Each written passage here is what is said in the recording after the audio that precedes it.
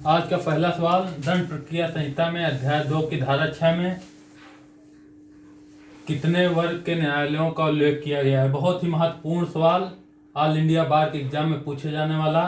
दंड प्रक्रिया संहिता सीआरपीसी के अध्याय 2 की धारा 6 में कितने वर्ग के न्यायालयों का उल्लेख किया गया है। आपके सामने ऑप्शन ये रहे, ऑप्शन ए 3 वर्ग में, ऑप्शन बी 4 वर्ग में, ऑप्शन सी 5 वर्ग में या ऑप्शन डी 6 वर्ग में।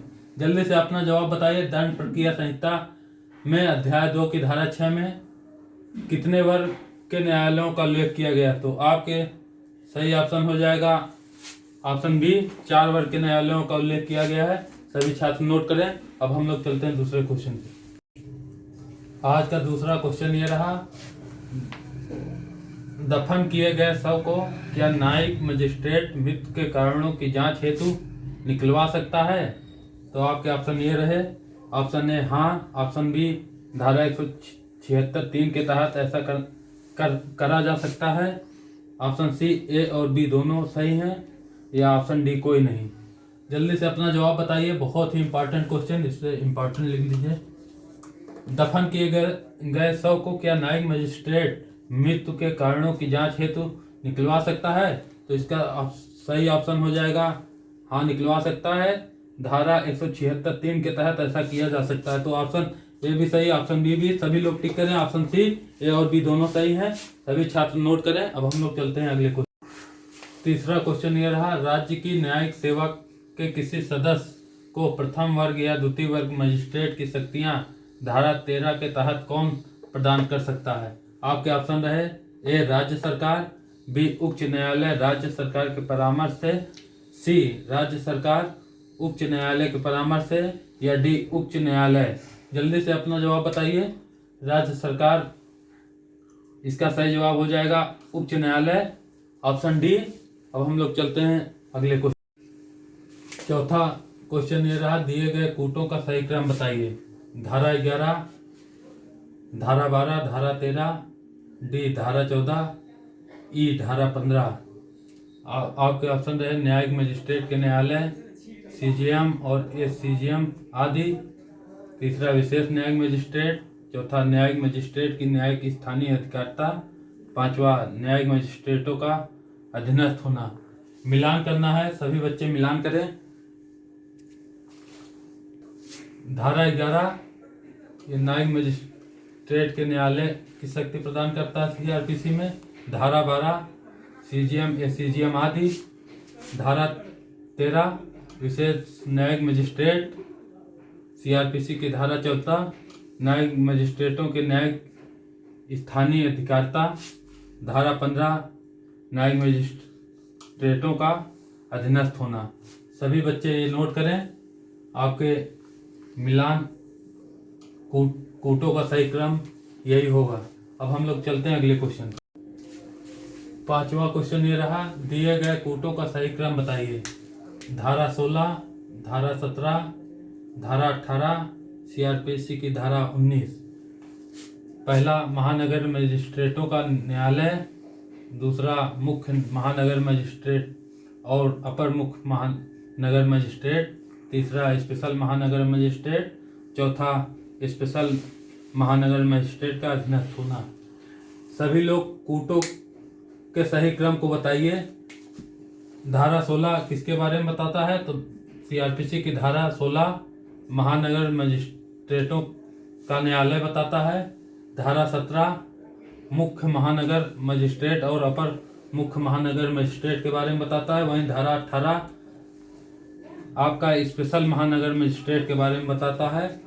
तो सीआरपीसी की धारा 19 स्पेशल महानगर मजिस्ट्रेट का अधीनस्थ होना बताता है। लगातार हम क्वेश्चनों का सिलसिला रख रहे हैं। ये सभी क्वेश्चन इंपॉर्टेंट हैं और इसमें आपके सीआरपीसी की धारा 16, 17, 18 और 19 4 धाराएं कवर हो रही हैं। सभी बच्चे इसको नोट करें। अब हम लोग चलते हैं अगले क्वेश्चन पे। छठा क्वेश्चन ये रहा, धारा 20 कार्यपालक मजिस्ट्रेट के बारे में उपबंध करती है। विशेष कार्यपालक मजिस्ट्रेट के बारे में प्रावधान की धारा में दिया गया है। तो आपको बताना है कार्यपालक मजिस्ट्रेट के बारे में प्रावधान किस धारा में दिया गया है? धारा पहला ऑप्शन दे रहा धारा 21, ऑप्शन बी धारा 19, ऑप्शन सी धारा 22 या ऑप्शन डी धारा 23। जल्दी से अपने जवाब बताइए। तो इसका सही जवाब हो जाएगा ऑप्शन ए धारा 21 में कार्यपालक मजिस्ट्रेट के बारे में प्रावधान दिया गया है। सभी बच्चे नोट करें। अब हम लोग 7वां क्वेश्चन ये रहा, कार्यपालक मजिस्ट्रेट के संबंध में उपबंध से संबंधित धाराएं हैं। जल्दी से बताइए। ऑप्शन रहे ए 19 से 20 तक, ऑप्शन बी 20 से 24 तक, ऑप्शन सी 19 से 23 तक, डी 19 से 25 तक। जल्दी से बताइए कार्यपालक मजिस्ट्रेट के संबंध में उपबंध की धारा संबंधित है। तो आपके ऑप्शन हो जाएंगे सी 19 से 23 तक में कार्यपालक मजिस्ट्रेट के संबंध में उपबंध बताया गया है। अब हम लोग चलते हैं अगले क्वेश्चन पे। 8वां क्वेश्चन ये रहा आपके बोर्ड पे, अभियोजन निदेशालय के बारे में उपबंध दंड प्रक्रिया संहिता 1973 भी किस धारा में दिया गया है? जल्दी से जवाब बताइए। ऑप्शन रहे ए 25 ए, बी 25, सी सीआरपीसी की धारा 24 में या डी सीआरपीसी की धारा 23 में। जल्दी से अपने जवाब कमेंट बॉक्स में दीजिए। तो इसका सही जवाब हो जाएगा 25 ए। 25 ए में अभियोजन निदेशालय के बारे में उपबंध दिया गया है। सभी बच्चे नोट करें। अब हम लोग चलते हैं अगले क्वेश्चन पे। ये रहा आपका 9वां क्वेश्चन, विशेष लोक अभियोजन की नियुक्ति के लिए कम से कम 10 वर्ष तक विधि व्यवसाय का अनुभव का उल्लेख किस धारा में दिया गया है? तो ऑप्शन रहे ए 24(7) में, बी 24(8) में, सी सीआरपीसी की धारा 24(3) में या डी सीआरपीसी की धारा 25 में। जल्दी से अपने जवाब बताइए। तो इसका सही जवाब हो जाएगा बी 24(8) में। सभी बच्चे नोट करें। लगातार यहाँ हम लोग क्वेश्चनों का सिलसिला रख रहे हैं। बहुत ही इंपॉर्टेंट क्वेश्चन जो आपके ऑल इंडिया बार के एग्जाम में आने वाला है और सीआरपीसी पूरे 10 नंबर के सवाल आपसे पूछे जाने वाले हैं। हम लोग प्रश्नों का सिलसिला रख रहे हैं। सभी बच्चे नोट करें। और अब हम लोग चलते हैं अगले क्वेश्चन पे। 10वां क्वेश्चन ये रहा आपका, धारा 28(3) के तहत सहायक सेशन न्यायाधीश कौन सा दंड नहीं दे सकता? ए मृत्यु का, बी आजीवन कारावास का, सी 10 वर्ष से अधिक का कारावास का, डी उपरोक्त सभी नहीं दे सकता है। जल्दी से अपने जवाब बताइए। धारा 28(3) के तहत मृत्यु का, आजीवन कारावास का, 10 वर्ष से अधिक का कारावास, उपरोक्त सभी बच्चे नोट करें। आपका सही ऑप्शन हो जाएगा डी, उपरोक्त सभी नहीं दे सकता है। अब हम लोग चलते हैं अगले क्वेश्चन पे। 11वां क्वेश्चन ये रहा आपके सामने, मुख्य महानगर मजिस्ट्रेट की शक्तियां किसके बराबर होती हैं?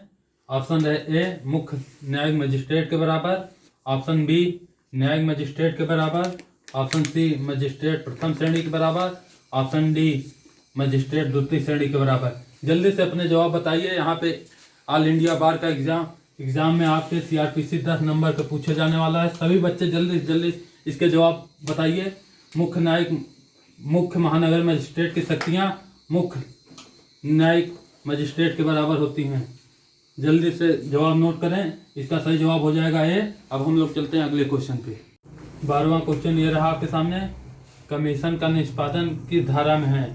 ऑप्शन रहे ए सीआरपीसी की धारा 40 में, ऑप्शन बी धारा 286 में, ऑप्शन सी धारा 49 में या ऑप्शन डी धारा 75 में। जल्दी से अपने जवाब बताइए। और जो भी बच्चे नए हैं इस चैनल को सब्सक्राइब करें और फॉलो करना ना भूलें, जिससे ये वीडियो आपको लगातार मिलती रहे।